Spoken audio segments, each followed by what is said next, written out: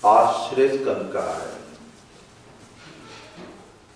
श्री वल्लभाचार्य कहते हैं ये निरोध स्कंद है। निरोध माने रोकना।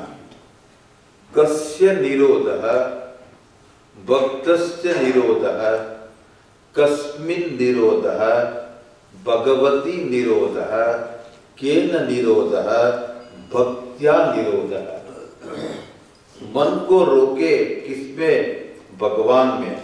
किसके मन को? भक्त के मन को। किसके द्वारा? भक्ति के द्वारा। इस प्रकार से यहाँ बहुत बढ़िया वर्णन है। मन का निरोध करे भगवान में। इसको मुख कहा है भागवत का या मुख्य स्कंद कहा है। इस प्रकार के श्रीधर स्वामी आश्रय स्कंद कहते हैं, वल्लभाचार्य महाराज निरोध स्कंद कहते हैं। इस प्रकार से ये भागवत का हृदय है। आइए आज कल सुबह और कल सायंकाल तक दसम स्कंद की भगवान की पूरा जीवन चरित्र है वो आ जाएगा। आपने अभी तक भागवत नहीं सुना तो ऐसे संस्कृत में कहते हैं जब गैया छूट जाए और उसकी पूंछ पकड़ लो तो पूरी गैया आ जाती है। तो आप लोग यही करना, पूरी छूट गई तो इतना सुन लेना, उससे भी आपका काम बन जाएगा। अब तो आप देखिए इतने दिनों से भूखे प्यासे हैं हमारे राजा परीक्षित। 5 दिन हो गया न जल पिया है न उन्होंने अन्न ग्रहण किया है। सबका परित्याग करके जो भूख प्यास से पागल होकर क्रोधित होकर राजा ने शबिक ऋषि के गले में मरा हुआ सर्प डाला था, वही राजा भगवान की अमृतमयी कथा सुनकर आज उनके भूख प्यास हर हमेश के लिए दूर हो गए हैं। अब तो राजा प्रश्न कर रहे हैं, कथितो वंश विस्तारः भवता सोम सूर्ययोः राज्ञां चोभय वंश्यानां चरितं परमाद्भुतम्। राजोवाच, या कहते हैं राजा कि भगवान आपने तो चंद्र वंश और सूर्य वंश का विस्तार तथा दोनों वंशों में राजाओं का अत्यंत अद्भुत चरित्र का वर्णन किया। भगवत परम प्रेमी मुनिवर आपने स्वभाव से ही धर्म प्रेमी यदु वंश का विशद वर्णन किया। देखो यदु वंश में ये यदु के जो पिता थे ययाति ने, उसने अपने बेटे से जवानी मांगी, हमारा बुढ़ापा ले लो तुम हमारी जवानी दे दो। उन्होंने मना कर दिया। क्यों? कि बेटे की जवानी लेके हमारी माँ का तुम हमारी जवानी लेके हमारी माँ का भोग करोगे, ये अधर्म है। मना कर दिया था। ऐसे थे यदु जी महाराज और उनका वर्णन किया। और उसी वंश में अपने अंश बलराम जी के साथ श्री कृष्ण का परम पवित्र चरित्र भी सुनाया। पर आपने बहुत थोड़ी सी कथाएं बताई, उनकी तो बहुत कथाएं हैं, आप उनका विस्तार करिए। अब देखियो कथा की महा निवृत्त तर्षैरुपगीयमाना भवोषदा चोत्र मनोभिरामा कौत्तम श्लोक गुणानुवादा उमान विरज्येत विना पशुघ्नात्। ये कहते हैं जिनकी संसार के प्रति जो तृष्णा है, प्यास है, वो हर हमेश के लिए दूर हो गई है। ऐसे जो विरक्त पुरुष है वो भगवान की कथा का गान किया करते हैं। निवृत्त तर्षैहि उपगीयमाना। और ये कथा कैसी है? भवोषदात्। ये भव रूपी संसार रूपी सुख दुख का औषध है। औषध का अर्थ होता है ये जो दोष को दूर करे और गुण का आदान करे। औषधि दोषान धत्ते गुणा इति औषधि। और ये किनके द्वारा कथा बांटी जाती है? जो ऐसे विरक्त पुरुष जिनकी कोई स्पृहा नहीं है। अगर वैद्य लालची हो तो दवा ठीक नहीं देगा, है ना। एक डॉक्टर था, उनके कई साल का पुराना मरीज था, पेशेंट था, उनका बेटा भी डॉक्टर हो गया। तो डॉक्टर विदेश जाने लगे तो उसके बेटे को बताया कि मेरे पुराने मरीज का तुम ख्याल रखना, मैं विदेश जाके आता हूँ। 2-4-6 महीना जाके वो वापिस आ गए। तब तक तो उसके बेटा ने वो अच्छी दवाई दी, वो पुराना मरीज पेशेंट बिल्कुल ठीक हो गया। वो तो डॉक्टर को कहा कि आपके बेटे ने क्या दवाई दी, मैं ठीक हो गया। अब तो बाप ने बेटे को बुलाया, हाय हाय तूने क्या किया, ये क्या किया, तूने इसको अच्छा क्यों कर दिया? इसके पैसे से तो मैंने तुझे पढ़ाया लिखाया, तुझे विदेश भेजा था, अब क्या खाएंगे क्या पिएंगे, इनको ही तूने अच्छा कर दिया। तो वैद्य अगर लालची हो तो फिर रोगी का क्या होगा?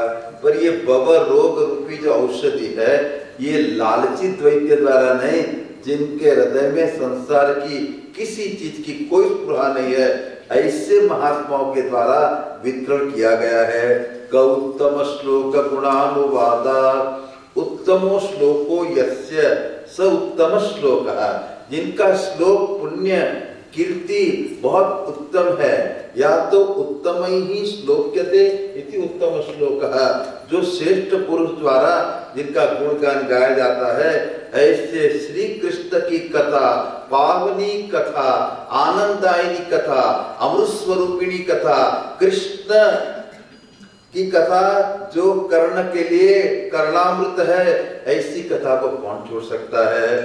इसके बाद तो उन्होंने कहा कि मेरे पितामह, देखो भीष्म पितामह इत्यादि बड़े बड़े लोगों के सामने अर्जुन कहाँ था, वो तो छोटा आदमी था, फिर भी आपकी कृपा से उन लोग ने वो दुर्योधन की समुद्र जैसी सेना पर विजय प्राप्त कर दिया, जैसे कोई चलता हुआ व्यक्ति बछड़े के पांव से बना हुआ खड्डा कैसे आसानी से पार कर जाता है, इसी प्रकार से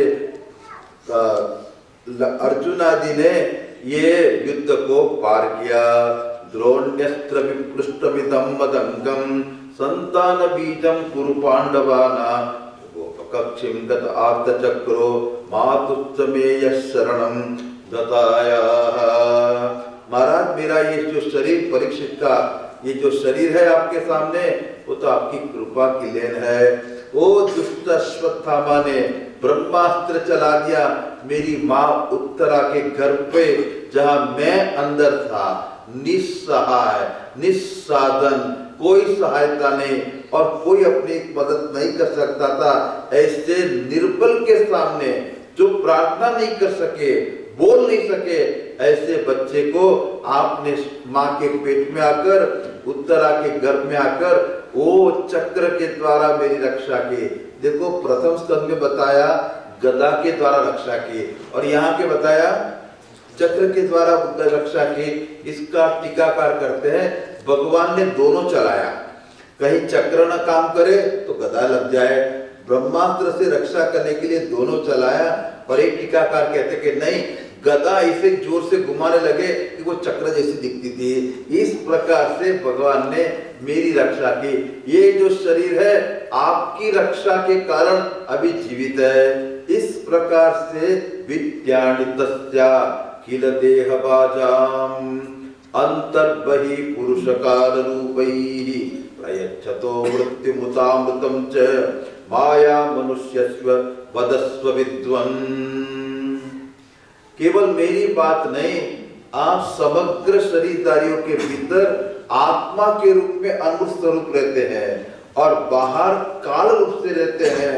इसी प्रकार की आप लीला करते हैं।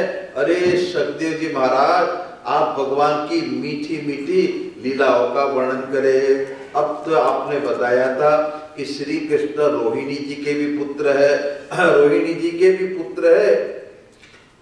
बलराम जी को बताया कि वो रोहिणी के पुत्र है, और फिर कहा कि वो देवकी के भी पुत्र है। कभी क्या एक व्यक्ति की दो माँ हो सकती है? ऐसा तो होना संभव नहीं है। और कस्मान मुकुंद भगवान विदुर्गेहात् ब्रजं गतः। भगवान श्री कृष्ण ने अपने पिता का घर छोड़कर वहां क्यों चले गए? नंद बाबा के पास क्यों जाना पड़ा? यदुवो शिरोमणि, वहां भगवान कृष्ण ने कितने समय तक व्रज भूमि में निवास किया। और आप जानते हैं वहां रहकर उन्होंने कौन सी लीलाएं की।